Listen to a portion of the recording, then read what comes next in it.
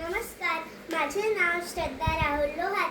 मी इयत्ता 3री शिकते. किती भोगले किती सोसले तरीही तिने शिकवले. स्त्री शिक्षणाचे धडे पुढे तिच्या साऱ्या लेकींनी घेवले. अध्यक्ष महाशय, पूज्य गुरुवर्ग व माझ्या सर्व बालमित्रांनो, आज मी आपल्यासमोर भारताच्या पहिल्या महिला शिक्षिका क्रांतीज्योती सावित्रीबाई फुले यांच्याविषयी मी माझे मनोगत व्यक्त करत आहे. सावित्रीबाई फुले यांचा जन्म 3 जानेवारी 1831 मध्ये सातारा जिल्ह्यातील नायगाव येथे झाला. त्यांच्या आईचे नाव लक्ष्मीबाई तर वडिलांचे नाव खंडोजी नवसाहेब पाटील होते. त्यांचा विवाह वयाच्या अवघ्या 9व्या वर्षी झाला. लग्नानंतर ज्योतिबांनी त्यांना लिहायला वाचायला शिकवले. महात्मा फुले व सावित्रीबाईंनी इसवी सन 1848 मध्ये पुण्यातील बुधवार पेठेत मुलींची पहिली शाळा काढली. मुलींना शाळेत शिकवायला जाताना लोकांनी त्यांच्यावर दगडफेक केली.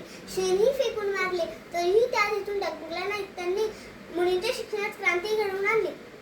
पुण्यात प्लेगच्या साथीमध्ये रुग्णांची सेवा करताना 1897 मध्ये त्यांचे निधन झाले. जिच्या पुढे शिकली 3 दुबळ्यांची मुले, ती ज्ञानदाती